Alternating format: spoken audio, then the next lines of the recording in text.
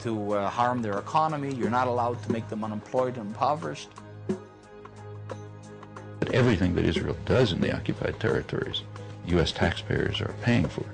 The U.S. gives the financing, it gives the military support. Israel receives as much foreign economic assistance as all the countries combined in the world.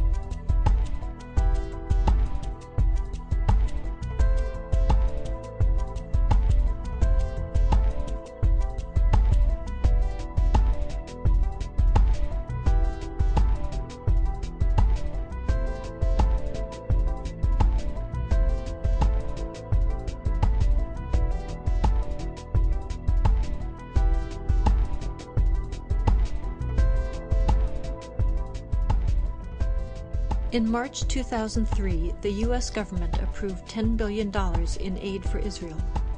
At the same time, it withheld a $3.5 billion grant to upgrade the training of first responders, those who would be first to respond to a terrorist attack. Spent domestically, that $10 billion could buy health care coverage for over 4 million children without proper coverage, or pay for 1.5 million American children to attend Head Start child development programs to prepare them for school, or simply help states offset the costs of one of the worst fiscal crises in half a century.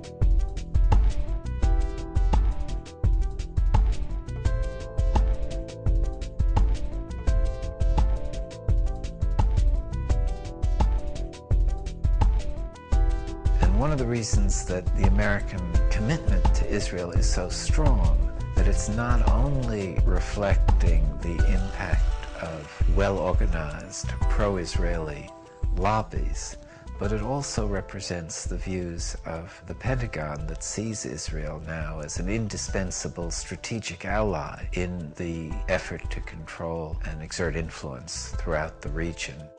The main concern for the United States, like the world, is the oil-producing regions. And in order to control that, you need a way of doing it.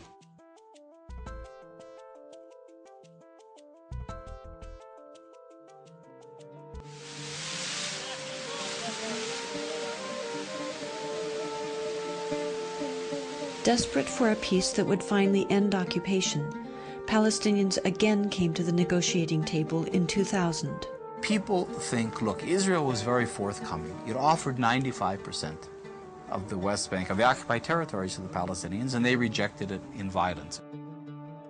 The assumption of that 95% argument is that getting 95% of the land gives you 95% sovereignty, a sovereign country.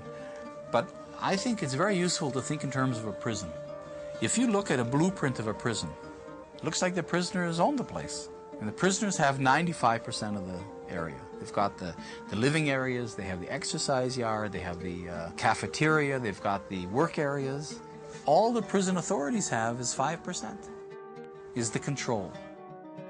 The average Palestinian didn't think they were throwing anything away because there was nothing to throw away. They had tuned out what Barak and Arafat were talking about, because on the ground there were ongoing land expropriations, tree uprootings, road building, unfair water allocation, leaving many Palestinian families in the summer and fall with 2 hours of running water a week, when next door you have a settlement with a swimming pool and green lawns. So what do you expect people to think?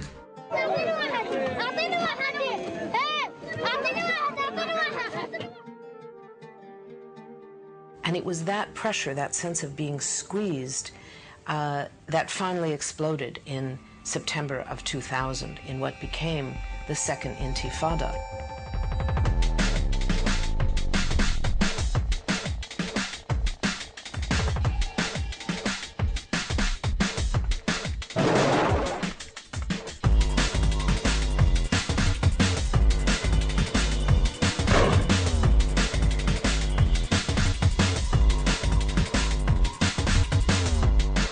What is called the Second Intifada is essentially a mobilization of resistance against this structure of occupation and oppression.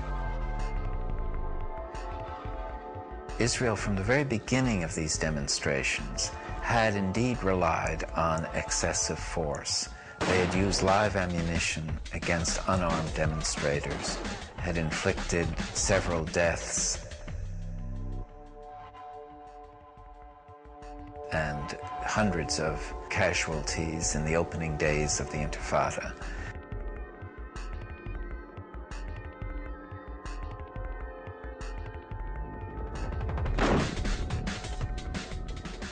Sometimes the Israelis are speaking about rubber bullets they used.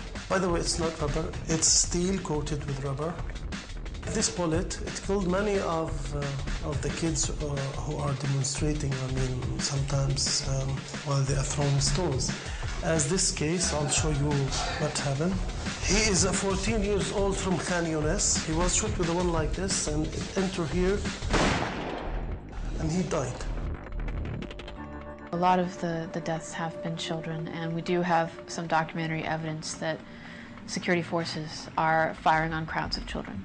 The soldiers weren't at risk. They're heavily armored, they have all this high-powered weaponry, and no child with a stone is going to be a risk to them.